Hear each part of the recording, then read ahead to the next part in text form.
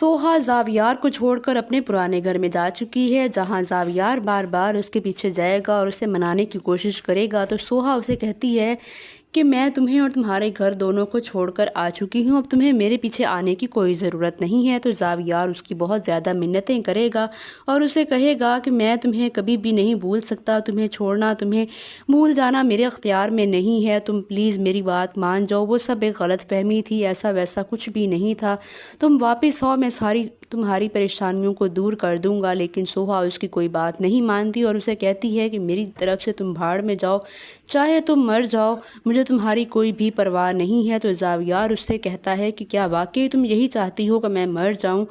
तो सोहा उसे कहती है कि हाँ, बेशक तुम मर जाओ, मुझे तुम्हारे मरने या जीने से कोई भी फ़र्क नहीं पड़ता।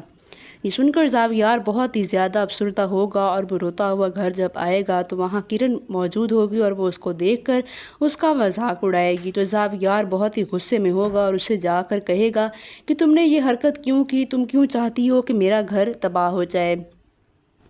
तुमसे शादी करना मेरे बस में नहीं था, इसलिए मैंने तुमसे शादी नहीं की, क्योंकि मैं तुमसे मोहब्बत नहीं करता था, तुम कभी भी मेरे साथ खुश नहीं रह पाती, इस वजह से मैंने तुम्हें रिजेक्ट किया था। लेकिन तुम पता नहीं किस चीज़ का मुझसे बदला ले रही हो। तो वो किरण कहती है तुमने मेरा दिल तोड़ा था और अब देखो मैंने तुम पर से सोहा का भरोसा ही ख़त्म कर दिया है। ये सुनकर ज़ावियार बहुत ही ज़्यादा गुस्से में आ जाएगा और वो उससे कहेगा कि मेरी नज़रों से दूर हो जाओ और मेरे घर में अब तुम मुझे कभी नज़र मत आना। तो दूसरी तरफ ज़रका जो है वो अपने शौहर से तलाक लेने में कामयाब हो चुकी है, लेकिन उसको अभी भी सुकून नहीं मिल पा रहा, क्योंकि वो तलाक लेने के बाद असफंद के साथ घर बसाना चाहती थी। लेकिन असफंद ने तो उसको बिल्कुल साफ इनकार ही कर दिया। उसने कह दिया कि मैं तो अपनी वाइफ से बहुत ज़्यादा मोहब्बत करता हूँ और मैं ये नहीं जानता था कि आप इस तरह का रिएक्शन देंगी, आपको तलाक लेने की ज़रूरत नहीं थी, बल्कि आप तो बिल्कुल ही बेवकूफ़ पागल हैं, आपको किसी साइकेट्रिस्ट की ज़रूरत थी और आपको उसी के पास जाना चाहिए। ये सुनकर ज़रका बहुत ही ज़्यादा गुस्से में आ जाएगी और वो सोचेगी कि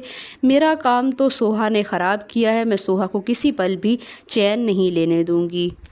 ज़रका अपनी माँ से भी शदीद नफ़रत करने लगी है। वो ये सोचती है कि अगर ये सोहा को ना बताती तो ना ही सोहा जाकर असफंद को अलर्ट करती कि वो मुझसे दूर रहे। इसकी वजह से असफंद मुझसे दूर हो चुका है। तो वो किचन में जाएगी और अपनी माँ के लिए चाय बनाकर उसमें जहर मिला देगी और अपनी माँ के पास जाकर कप रखेगी और उससे कहेगी कि इसको जल्दी से पी लेना, ठंडी हो जाएगी तो मैं दोबारा आपको गर्म नहीं करके दूँगी।